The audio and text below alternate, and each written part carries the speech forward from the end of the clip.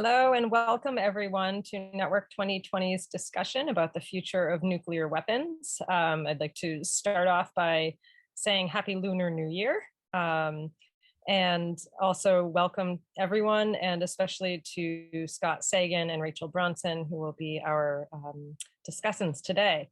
So as we jump in, just a few words about Network 2020.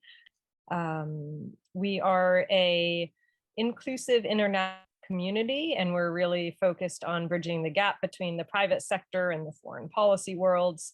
We have a lot of different activities, webinars like these, but we also run foreign affairs discussion groups and member-only discussions, a lot of great work, so please do check us out. It's my honor to introduce two of our two discussants today. We have Professor Scott Sagan. He is a professor of political science at the Center for International Security and Cooperation at Stanford, and he is the chairman of the Academy of Arts and Sciences Committee on International Security Studies. He is a true nuclear expert, and we are very lucky to have him with us today, as you can see from the rest of his bio. And I'm also so pleased to welcome Rachel Bronson, who is the Network 2020 Advisory Council member. She is the president and CEO of the Bulletin of Atomic Scientists, and she will be leading the conversation with Professor Sagan today. So welcome to both of you. Thank you for being here. I know that there's a lot going on in the world that is taking everyone's attention, but I think that it rightly relates to the conversation that we're having today. So I'm very pleased that you're both here. And with that, Rachel, I'll hand over to you. Great, thank you, Courtney. Thanks for the invitation to your team for this important conversation today, and thank you for everyone who is joining us. And I'm delighted to be on to leading this conversation with Scott Sagan. In our prep for it, I thought that we'd set the stage by just talking about the fact that the Bulletin of Atomic Scientists set the Doomsday Clock last month at this point. About 12 days ago at 100 seconds to midnight. It's the closest it has ever been. And it's the third time in in 3 straight years that we've set it at that point of time. The Doomsday Clock is set by the Bulletin Science and Security Board, of which Scott is a member. And so we thought we would use this opportunity to kind of drill down on the nuclear piece of it. As people who follow the Doomsday Clock knows, the clock represents existential threats. So is humanity safer or greater risk this year compared to last year, and this year compared to the last 75 years we've been setting the clock? And so nuclear weapons is a huge piece of that, but we also look at climate change and then threat multipliers. So we've been focused on mis and disinformation in the last many years. We also talk about how COVID isn't at this point an existential threat, but it shows how poorly designed the international architecture is for dealing with global threats. And I think when it comes to nuclear weapons, that you can say absolutely the same thing, notwithstanding a period in time where we had a much more robust landscape around arms control and conflict reduction. So with that, I thought we'd take the opportunity to take a piece of it and focus on what you've asked us to focus on, which is the current nuclear landscape. And I can't think of anyone better to do that with than Scott Sagan. And again, for the audience paying attention, Scott is one of just about 20 Science and Security Board members. So his voice is really important on this. And then setting the clock is taking all of those members and coming up with a consensus on what time it is. So Scott, let's turn to your views on the current nuclear landscape. And let's just start with current events. We know that Russian leader Vladimir Putin in a few hours is planning to make an address. It's coming after speaking with the leader of Hungary, who's well known, is technically, I guess, an ally of the US, but has been very problematic. And coming from his meeting with Orban, he will say something. So we don't know what he's going to say, but we do know that there's nearly 100,000 troops and growing on the border. and it's a very tense situation. So why don't you kind of give us the landscape of this, and particularly how it relates to nuclear weapons? Because I think for many just kind of tuning in 2022 on this, it's just hard to believe that nuclear weapons are still an active and important part of the threat environment, even in kind of conflicts such as this one. So why don't you set the scene? Nuclear weapons are definitely involved in two ways. One is that there have been threats coming out of Russia that, in addition to the deployment of over 100,000 conventional armed forces along the border, there may be a deployment of tactical nuclear weapons. As far as I know, at least the last reporting I've seen on this about a week ago, the US intelligence agencies are paying a lot of attention to those depots, but have not seen any movement of tactical nuclear weapons. So it may well be that this is nuclear saber rattling, an effort on the part of the Russian Foreign Ministry and Defense Ministry to create more fear about what might escalate if there is an invasion, but not a genuine deployment. The other aspect of nuclear weapons involved in this crisis is that the Russians are insisting that Ukraine never be allowed to join NATO. And one of the concerns that they've expressed is the potential deployment, if that occurs, of US military capabilities, including nuclear capable intermediate range forces into former Eastern European members of the Warsaw Pact that are now members of NATO, and potential deployments into Ukraine. So as the listeners may recall, back from the Reagan-Gorbachev era, we had an agreement between the United States and Russia not to deploy intermediate range nuclear weapons, weapons that were stationed in Europe, could hit Moscow and related areas, and ones in the western side of Russia that could hit Western European capitals. That agreement broke down, and the widespread view in the American defense community, whether it was coming from the Trump administration or the Obama administration, was the Russians were cheating with one of their missiles that they had started to build and were deploying. We protested that, objected to it. The Russians said, no, you're wrong, did not provide very good evidence, and the Trump administration decided to simply pull out. There's a real difference between the way the Russians and Americans deal with an arms control agreement that they see no longer serves their interest. The United States tends to withdraw from a treaty, and the Russians tend to cheat on a treaty and force us to do something that will get our allies upset.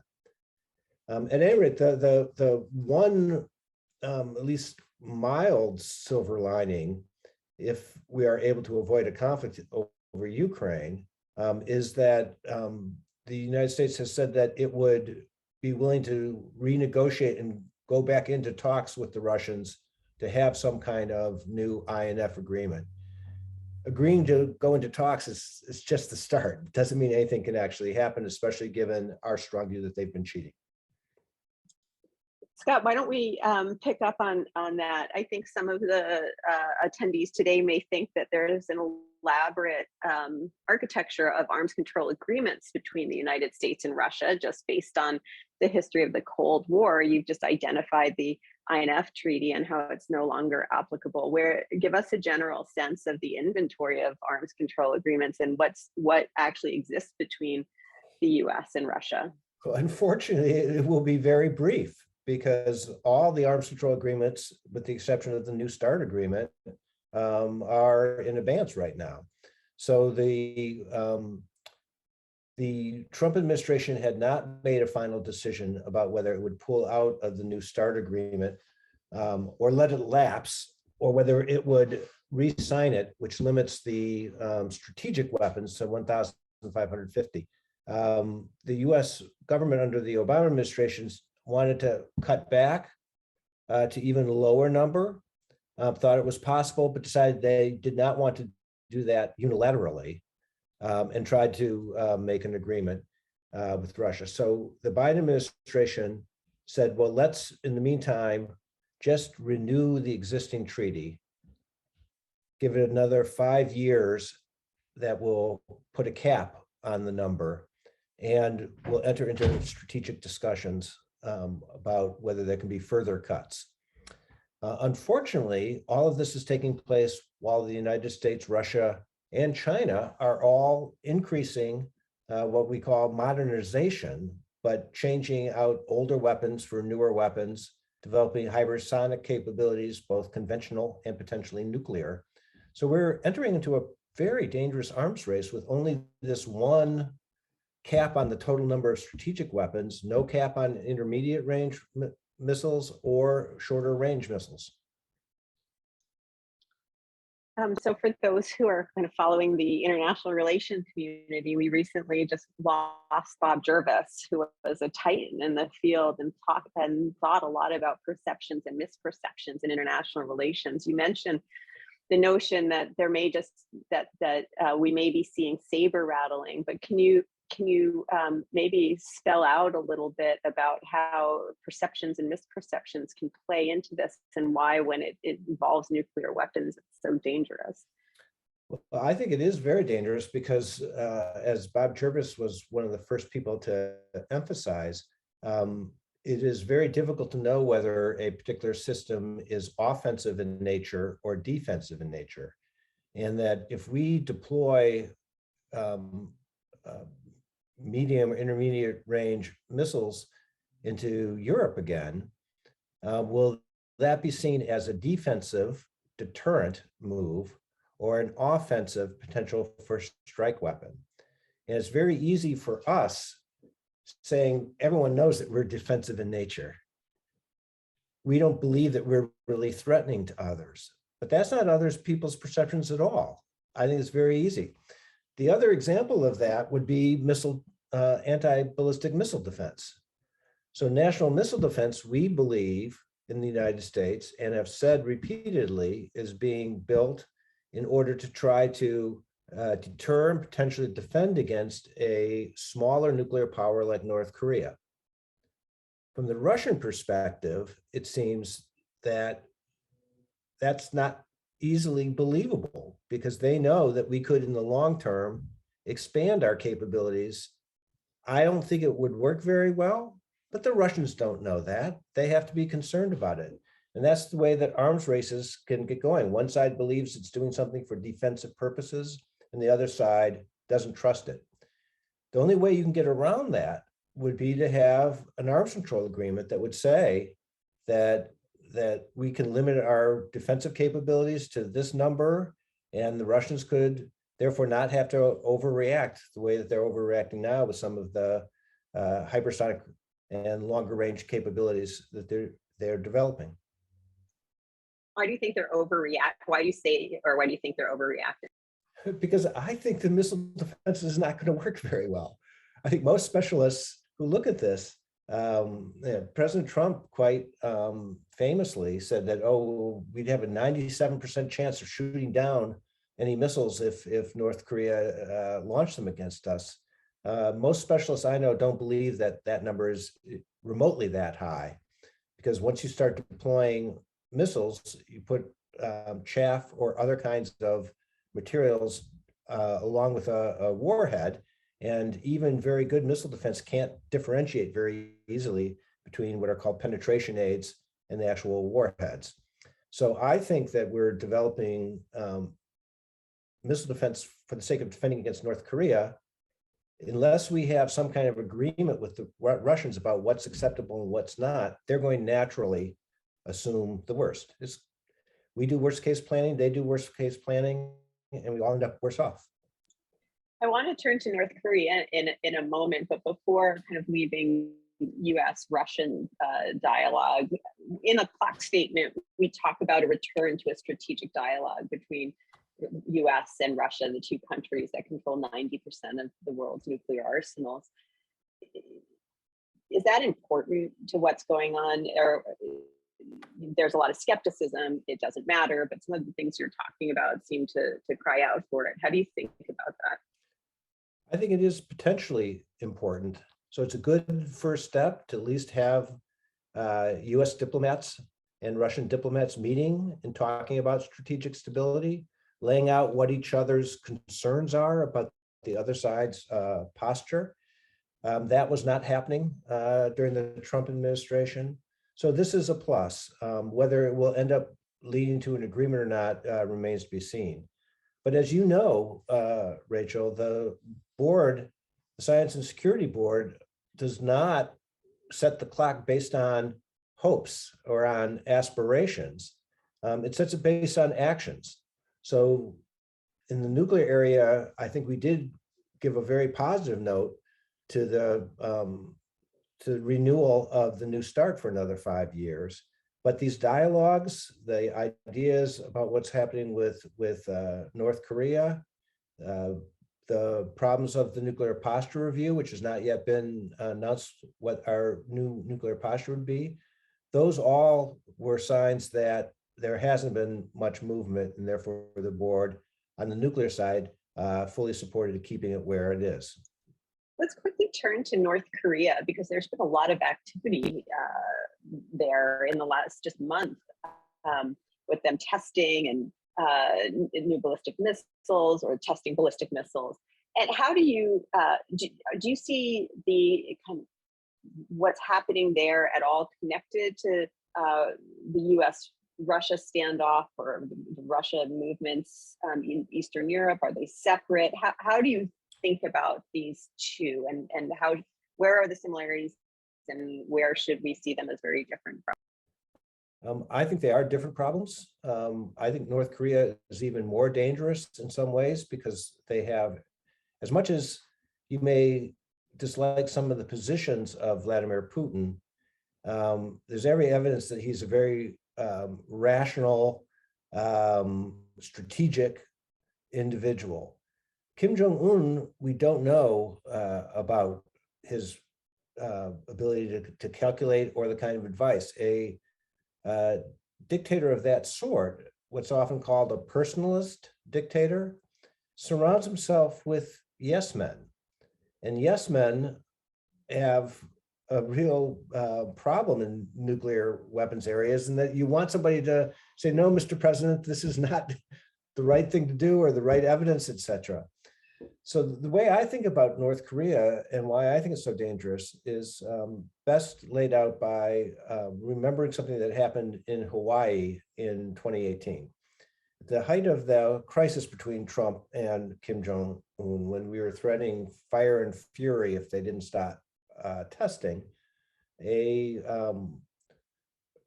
operator in the emergency services in Hawaii issued a warning that went out on multiple channels saying there's an incoming missile coming to Hawaii. This is not a drill. This is not a drill. And some people in Hawaii panicked.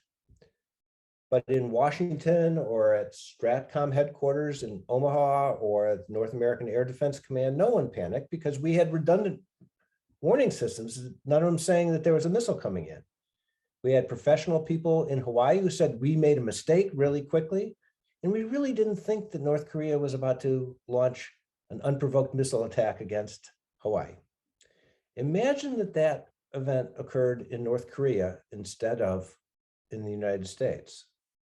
One, they don't have lots of redundant systems, so that if one system fails, they don't have backups. Two, in a personalist dictatorship like that, you don't get fired if you make a mistake, you get killed. So you're not likely to say, I'm sorry, I made a mistake. You're likely to just leave. And lastly, Kim Jong-un did think the United States might attack him because President Trump kept saying he might attack them. So I think we were in a really dangerous situation then.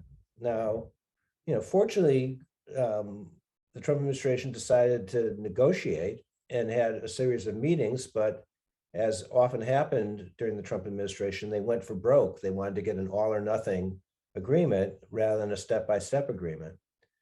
And the North Koreans said no.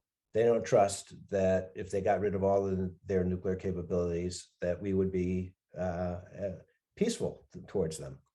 So right now we're in the standstill. The North Koreans are testing medium and shorter range systems. They're testing some hypersonics in order to try to get around our air defenses. They have not tested another ICBM, which is good. That's the one thing that they have not done, and we don't know why. It could be that they think, well, we already have that capability, we don't need to test, or it could be that they don't want any even increases in the sanctions that they're facing. Before we turn to the nuclear posture review, I think there's actually a segue here, because for the nuclear posture review in the US that's about to take place, we have to think about all the changes happening in technology. So maybe as the segue, could I ask you to talk more about hypersonics, because you've mentioned them a few times. We talked about them in our statement. There's some questions in the chat about AI and cyber. I think we can come back to that to some extent if we want to drill deeper, but maybe let's just focus on hypersonics and then kind of move to the nuclear posture review, and maybe we'll pick up some additional questions around the technologies in the NPR discussion. Sure. Well, I worry less about hypersonics the way that some people do. They talk about the speed involved. I think hypersonics are worrisome because they're less easy to detect close up and less easy to shoot down. And that's why everybody is developing, including the United States. There are some who say, well, it's good the United States is developing conventional hypersonics because that's going to cause the Russians and the Chinese to spend a lot on missile defense in order to protect against them. And that's a little bit like what we did with the early ABM treaty, or the ABM efforts, the Star Wars efforts under the Reagan administration. But I worry that without an agreement, you're going to end up spending a lot of money, and we'll just end up being in the same stalemate that we are today. So to me, we're moving forward with lots of different systems, and without having an arms control architecture around them, everybody's going to assume the worst. There's a cyber link here, and this is a good segue into the nuclear posture review, because the Trump administration's nuclear posture review added a new role for nuclear weapons in saying that it would be, the United States would not rule out using nuclear weapons to respond to a non-strategic attack that killed large numbers of Americans or members of an allied population. And that was widely reported to be a reference to a potential cyber attack. To me, the idea that we'd use nuclear weapons to respond to a cyber attack, even one that killed lots of individuals, is really foolhardy.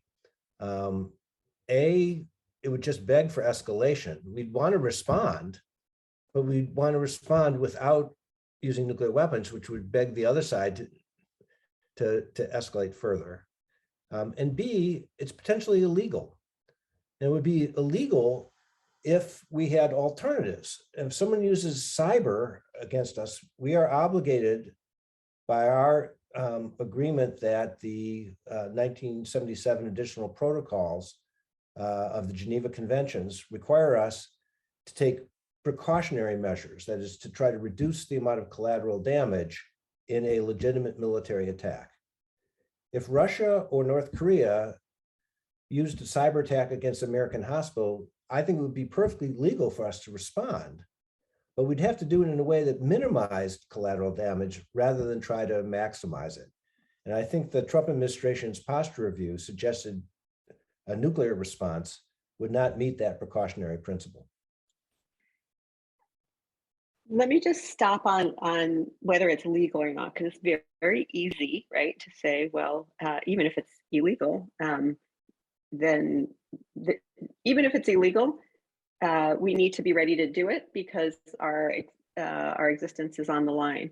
And so legality, non-legality, it's nice, but not relevant here. I know you have thoughts on that, but I want to drill down, because for me, one of the most persuasive arguments around legality, non-legality is the need for individual commanders to say they will not follow illegal orders. Like, a lot hangs on their decisions at a moment and their ability to say no in launching an attack because it's illegal, but they won't have that ability if it's legal. So I think legality actually is quite important for the commander in the bunker who needs to make the decision. Do you agree with that? And is there more on that? And then I do want to drill into the NPR.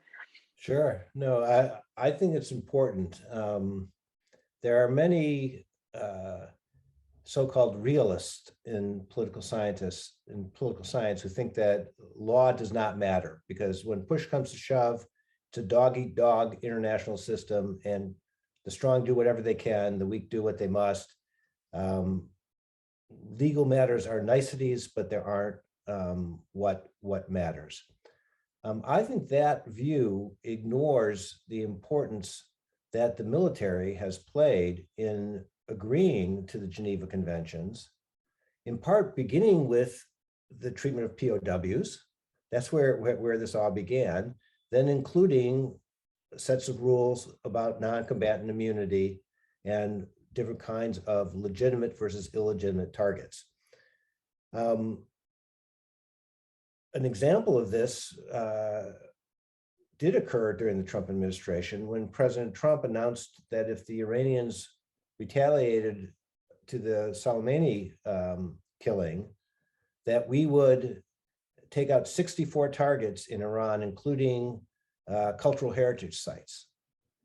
And the Secretary of Defense said, no, we are not going to do that.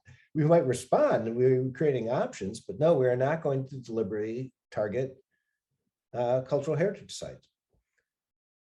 When people say, well, with nuclear weapons, certainly a president, if we are attacked, would, with nuclear weapons, might order a response, and law wouldn't matter. And I say that's not true. First off, most of the responses, or all the responses that are in the so-called football, the set of options, they've already been sent through the Judge Advocate General Corps, and those are legal options, and those targets have been picked under various responses.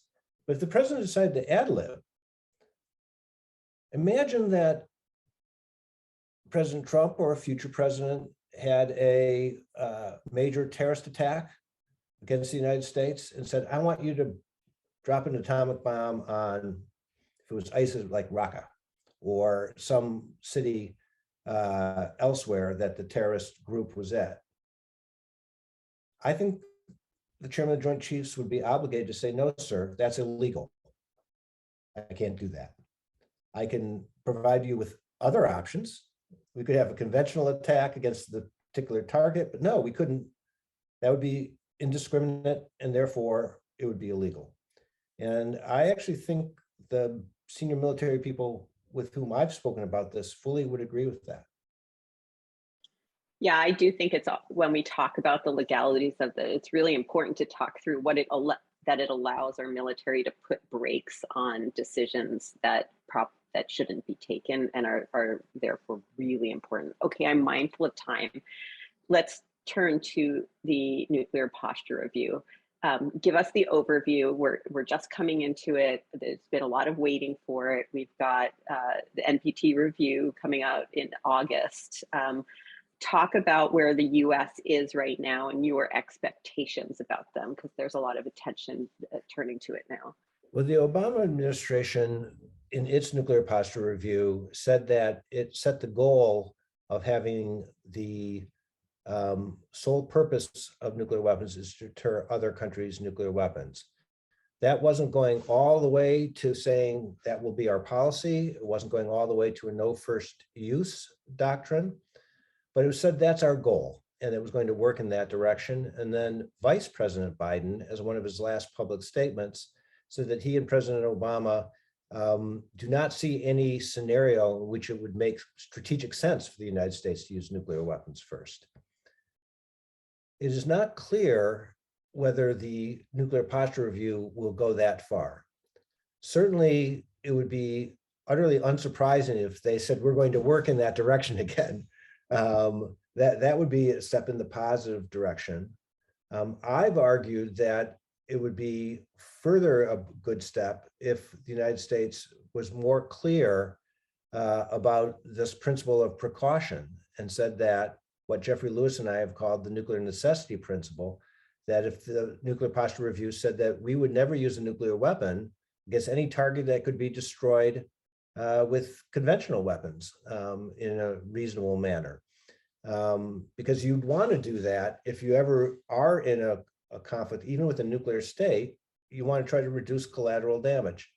Now, it's interesting, when Jeffrey and I published an article on that, one very senior former member of the nuclear targeting establishment said, well, if you do that, if you use conventional weapons, you're going to reduce collateral damage. I said, yes, that's the reason why we were proposing doing that. And he said, well, but if you reduce collateral damage, you'll weaken deterrence. And that, I think, is a more common view than we like to recognize. And I would just challenge that. To me, it is important that over the long term, we sever the link between the threat of massive civilian life and deterrence. Deterrence can mean attacking the other side's military. It can mean stopping them from being successful. It can even mean attacking a leadership or threatening a leadership who starts a war. But it should not, in my view, mean deliberate killing of thousands, if not millions of people. Last question from me, because there's a lot in the chat. Let's turn to domestic developments. I think you are one of the leading thinkers about how the riots on Capitol Hill on January 6th of last year are connected to nuclear, are or aren't connected to nuclear weapons. And you've focused on two issues that are of great concern to you and should be of great concern to all of us. So I want to give you the opportunity to talk about that before we go to Q&A. Well, thank you. The January 6th insurrection was not just an assault on American democracy, but it had two nuclear dimensions that were not immediately apparent to individuals. First is that the rioters, by coming close to capturing the vice president, also would have captured the nuclear football that follows him around. Now, that is done so that if the president is killed, we have an ability through the vice president to respond to a nuclear attack. I do not think that had that been captured, they would have had the ability to use nuclear weapons, but certainly it would have been the most serious compromise of classified information that you can imagine, and does say something about how dangerous that was. The other aspect of January 6th that is not as widely recognized is that the one individual who was shot by the Capitol Police, Ashley Babbitt, was not just a QAnon believer, but she was also a nuclear power plant guard and an ex-US Air Force security guard. So it strikes me that the nuclear power industry in the United States, which has a appropriate, in my view, hire veterans programs. It's easy because you're hiring veterans who are trained, who have experience as guards around the world. If we have a problem of extremism in the US military, which the Secretary of Defense has acknowledged, it does mean that we really need to be very careful of who we have as our guards around our nuclear power plants. A sabotage or a theft coming out of one of those would be extraordinarily dangerous. So I think what has happened with the post-January 6th is worrisome. President Trump has spoken highly of Ashley Babbitt as a patriot and as a martyr. And when you have someone treated as a martyr, we know what happens. Other people start copying it. So I think this is a very worrisome phenomenon. And then maybe just to wrap up this portion of the conversation, what is it, how does it lead into conversations around sole authority, which is a term some of our audience maybe have heard? Yeah, so right now the President of the United States has a sole authority to use nuclear weapons, and there are a number of different proposals to try to change that. One is the Markey-Liu bill. Ted Lieu and Edward Markey have proposed that Congress be involved in any first use of nuclear weapons. A number of prominent constitutional lawyers thinks that that bill would be unconstitutional and cut against the president's supreme commander authority. An alternative would be to make sure that there are legal representatives with the president at all time, not just somebody who is manning the football, but to have a JAG Corps or a civilian law of armed conflict person to avoid this problem that I mentioned of the president saying, I want to rashly attack a city from which a terrorist attack occurred. That could be done very, very easily. It wouldn't stop sole authority, but it would add a minor break or some break.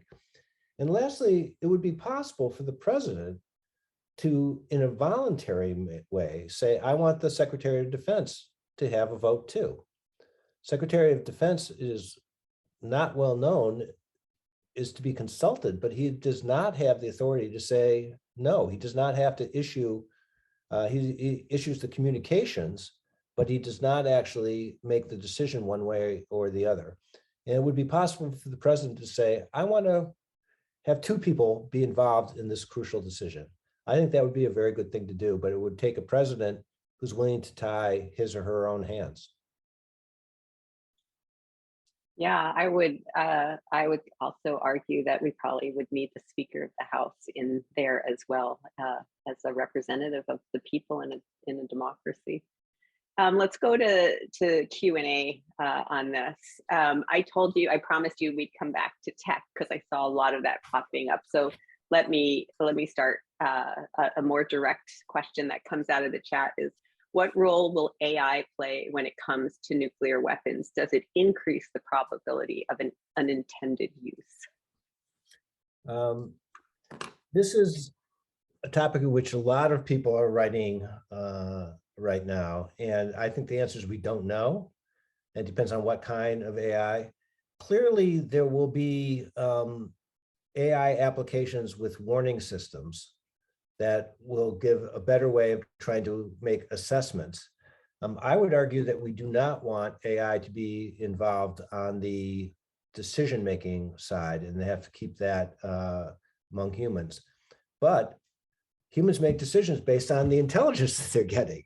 So if we have so-called integrated deterrence, and they have a much better way of assessing warning, we have to be careful that does not lead us to falsely make judgments based on faith in the technology. Yeah, Scott, on that, two pieces that I think of quite often. One is what you've said, and the Bulletin in our clock statement, we keep saying, right, when it comes down to kill, no kill decisions around nuclear weapons, humans always have to be in that loop. But it assumes that humans are less likely to make errors than machines. And we know all of the misperceptions that come along with human frailty in this situation. So while I agree with you that humans always need to be in the loop, the first thing I think a lot about is how comfortable are we that humans will make a better decision than machines in this case. And the second thing I think about when it comes to AI is something from a member of our board of sponsors, Eric Horowitz, has said, is that diplomats always try to create more time. They try to open the time horizon to just more time to find answers. But what artificial intelligence does is it collapses time. It's making decision-making with speed so much faster because the information is coming so quickly. And so AI is working against us in this case in terms of what the diplomats have always tried to do is buy for time, another day, another few days. And it's making the decision cycle so tight and fast that we need to do whatever we can, as we've been talking about, to put brakes into any sort of decision making around nuclear weapons, because it's all about time, and we know it's just a matter of minutes as it is. Yeah. What strikes me that there are some scenarios in which promptness of response is absolutely necessary, but there are many other scenarios when it's not. And we falsely, too often, think that, oh, we have to respond immediately to a military action. The no first use and the even conventional response questions came up in a 2016 Obama administration military exercise, very similar to what is happening today over Ukraine, except it took place in a NATO country where a conflict occurred along the Russian border in the Baltics. And after some conventional fighting, the Russians used a single nuclear weapon against a NATO base. The deputies, meeting according to Fred Kaplan's book, The Bomb, made the decision that we're going to respond, but we're going to respond with a conventional attack against the Russian base that had launched that initial response, or that had launched the nuclear weapon. And we're going to de-escalate. We're going to punish the individuals involved. We're going to attack Russia itself, but with a conventional strike. Later, when the principals were given the same scenario in the exercise, according to Kaplan, they made the decision that they're going to respond with nuclear weapons in a tit for tat. They were told by the intelligence that if the United States attacks Russia with nuclear weapons, that will be considered a nuclear attack by the United States, even if the weapons came from the waters or from a NATO country. And the Russians will therefore have to respond against the United States, according to their doctrine. So the principals decided to use nuclear weapons against Belarus, even though that's not where the attack had come from. So I think even very smart, high-level people sometimes get caught up with this idea that we have to respond exactly in the same way, rather than think strategically about what would be appropriate. There's a couple questions about Russia. So let me start, and I think I can bundle them, but let me start with one that comes directly from Russia. Let me see if I can find it. Yeah, here's one coming, according to Courtney, from Russia. So one questioner asked whether Russia can trust the US, given the US withdrawal from the ABM treaty, and finishing with the intermediate range nuclear forces treaty. So the question is, how do we reach an agreement when trust is so low? So that's a question, but I want to bundle it, just as you're thinking about it, with another one about what positive steps would you like to see the US and Russia take in the years before New START's expiration that would make a follow-on agreement easier to negotiate? And so I think they bundle nicely, because one is about low levels of trust now. So that's your first question. And the second part of what do you think is possible to look for so we can begin to build trust in a moment where most acknowledge it's kind of the trust is broken down to some of the worst levels that we've seen, or lowest levels that we've seen. Well, I hope this isn't controversial, but I'd say no, the Russians should not trust the United States, nor should the United States trust Russia. States enter into complicated, detailed arms control agreements because they lack the trust. That's precisely why you say, well, I can do this, and this is the size of my modernization, and I'm not going to go any further, and we will let you verify that. And we will have advanced verification. So to me, Ronald Reagan always used to say, trust but verify. It is useful to have a modicum of belief that somebody is not deliberately obfuscating, but you need to have the verification. And I think in this area, that's where modern technology can really be helpful, both with respect to advanced verification. And here is one area where I think in general, the growth of public information, that you can actually have verification done not just by the military's intelligence agencies, but by people who can use commercial satellites and other techniques. I think that's generally a positive thing. Not always positive, because sometimes things get leaked out, which should not. But it is generally a positive issue. What would I like to see? I'd like to see further reductions. I'd like to see the United States and Russia agree in a reformulation of New START to have even lower numbers and to be able to go to the next nuclear posture, or go to the next non-proliferation treaty and say, not only did we agree that we'd work in good faith towards the eventual elimination of nuclear weapons, let's see what we've done. And rather than just expand the arsenals and modernize them, we've actually cut the numbers. I think that would be a positive step. Scott, maybe you can take that, and then I'll take that now into August's NPT review conference and talk about non-nuclear states. It's a pretty abysmal situation that we find ourselves on, and the increasing support among especially non-nuclear states with the ban treaty. And can you talk about the frustration that we're expecting coming into the NPT in August, and what that means for other responses, and why they may be a good thing or not? Yeah, so the General Assembly of the United Nations for many years issued a statement saying that they believed that the use of nuclear weapons would be illegal, and then it grew to the ownership of nuclear weapons should be illegal.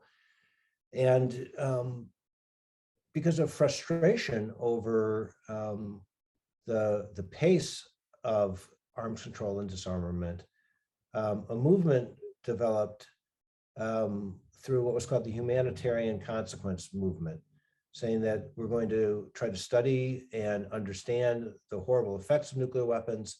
That became a movement to actually have a legal mechanism to close the legal gap. And the ban treaty, which now is in force, has a huge number, I forget the current number of members who have signed it, says that the possession of nuclear weapons and the use of nuclear weapons under all circumstances would be illegal. For a group of non-nuclear weapon states to say that and to sign a treaty does not automatically make it illegal. The countries that have nuclear weapons and all the allies of those countries that have security guarantees with those states, they've all banded together. The ban treaty has created a consensus among the nuclear weapon states that the ban treaty does not conform with their views of international law, and that it is not customary international law and will not be. That is a principle that you can be a persistent objector to somebody else's treaty and not have it follow yours. So while I understand the frustration of the non-nuclear weapon states, I think what they have done is potentially dangerous, because in the NPT review conferences, the tradition was that you bargain. You would get the non-nuclear weapon states to say, we'll have this constraint, we'll have this verification effort. If you do this and reduce in a step-by-step way the role of nuclear weapons or reduce the numbers. And that was a positive, both sides putting a little bit of pressure on. But now with this new ban treaty, there are some who have been arguing that we don't need the NPT anymore. Let's just keep the ban treaty. And if they don't want to join it, that's their business. But that reduces the leverage that the non-nuclear weapon states have in the past. So yeah, I'm enough of a realist to think that step-by-step measures are sometimes the best you can do. And that when there have been successful meetings at the NPT, it's because the non-nuclear weapon states didn't get exactly what they wanted, but they got a little bit. And the nuclear weapon states were willing to give up a little bit, put some constraints on their programs in order to get the NPT successfully agreed upon in terms of the statement at the end of the conference. Are you expecting anything from the August meeting? I don't know. I think in this regard,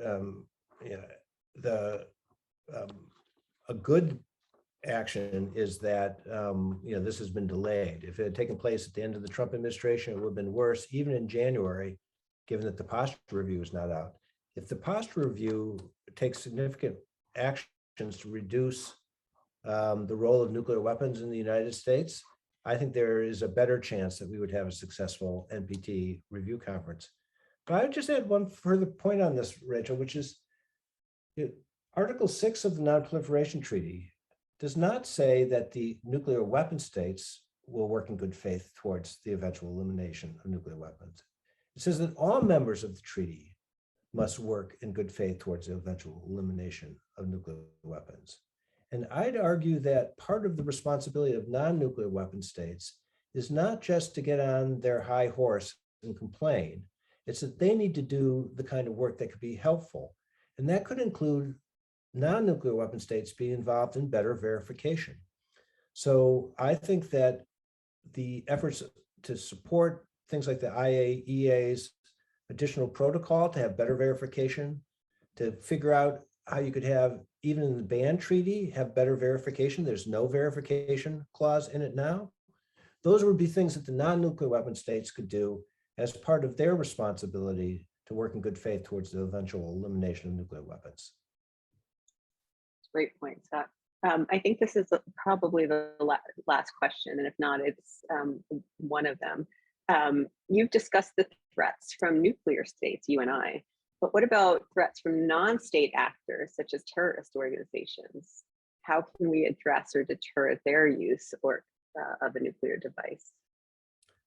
Well, unfortunately, I don't think we can deter their use. What we can do is prevent their use. And here, I think that it was very helpful that the Obama administration ran a series of nuclear security summits that got states to lock up some, but not all of the highly enriched uranium in the world. But I think that this is partly a long-standing problem that we're going to have. As long as the world has significant elements of nuclear power, civilian nuclear power, we're going to have nuclear materials around. And while we should try to reduce the amount of highly enriched uranium, which can produce bombs, an attack on a nuclear power plant by a terrorist group could create a Fukushima-like accident. And that's going to be a constant concern. That's why I was worried about the Ashley Babbitt incident in January 6th. It's not well known that the neo-Nazi group Atomic Waffen had a member who was planning to attack the Turkey Point reactor in Florida when he was arrested. So this is not just a matter of Islamic terrorists potentially attacking a site somewhere. It's also a matter of right-wing white separatists or neo-Nazis doing something like that. So we need to have very strong nuclear security, not to deter them, because I don't think they can be deterred, but to prevent them. Courtney, we're at 5 minutes to the hour. How are we doing? Do we have time for a question, or should I throw it back to you? I think we could probably get about one more question, if that's okay. Okay, sure. Scott, I'm going to then end the questions around public opinion. You've been one of the leading thinkers on US public opinion, and certainly for arms control groups, there's a sense of if we can just engage the public in these discussions, there'll be pressure put on leaders to do some of the things you've been talking about, reduce the arsenals, the numbers, get engaged in arms control agreements. But some of your work shows that the U.S. Public maybe isn't as behind that as we might hope. Can you talk about how we should understand some of your public opinion research in this context, and then we'll throw it back to Courtney to take us out. Well, there was a widespread belief at the end of the Cold War that a nuclear taboo, a moral objection to the use of nuclear weapons had taken hold, not just among some leaders, but among the publics. And I think that belief is part of what you were referring to when you say there's some people who say if we can only get the public to be involved. The work that Ben Valentino, Yanina Dill, and I have done is suggesting that quite on the contrary. There's a retributive, strong streak in the American public and in other publics, and not a widespread belief that non-combatants never should be killed. People in the United States look back to World War II and say, look, we killed lots of civilians in Japan and it helped end the war. That's questionable whether that was the right interpretation. But nonetheless, a lot of Americans believe that. And if the United States is attacked, the American public, even if it is only attacked with conventional weapons, does not rule out nuclear responses. I think that's deeply unfortunate. So before we get the public to rally, we have to get the public to understand and to know more. And that's why something like Network 2020 has not just and the Bulletin has not just a activist pushing for certain solutions, but also has an educational function. So I think it's really important for people to understand the effects of these weapons, to understand the importance of arms control, but also in the long term, some people say, well, the better angels of our nature will come out. I think we do have better angels, but we also have some pretty dark roots in our nature. And we see that in the polling. We need people to think about their long-term better interests, and better interests would pursue fewer nuclear weapons, reduced roles for those that still exist, and arms control to try to make us better off. Great, thank you, Scott. Thank you for that. I think it's, I think you just covered an incredible amount of ground, and hopefully we've answered some of the questions in the chat for the audience. Courtney, we're so grateful for Network 2020 giving us this platform to have this conversation. How about I just turn it over to you and you can close us out. Perfect. Thank you both. This was a fascinating conversation, worrisome, of course, but fascinating. And to your point, Scott, about nuclear facilities in the US and their security, we're actually holding a discussion group on Monday on the role of nuclear energy in an energy transition. And so your comments here are a natural segue to that conversation as well. So and definitely a point worth considering. So thank you everyone for joining us. Thank you, Scott. Thank you, Rachel. It was really a fascinating discussion. We're working on a few more upcoming events, so please check our website. In the meantime, we have confirmed Angela Stent for a member-only discussion on Wednesday, February 23rd on Russia and Ukraine, and that will be in the evening Eastern time. So if you're not a member, please feel free to consider joining, and that way you can take part in this smaller group discussion with Angela Stent. Scott and Rachel, thank you so much. It was a real honor to have you here today. Thank you. All right, take care, everybody. Thank you. Bye-bye.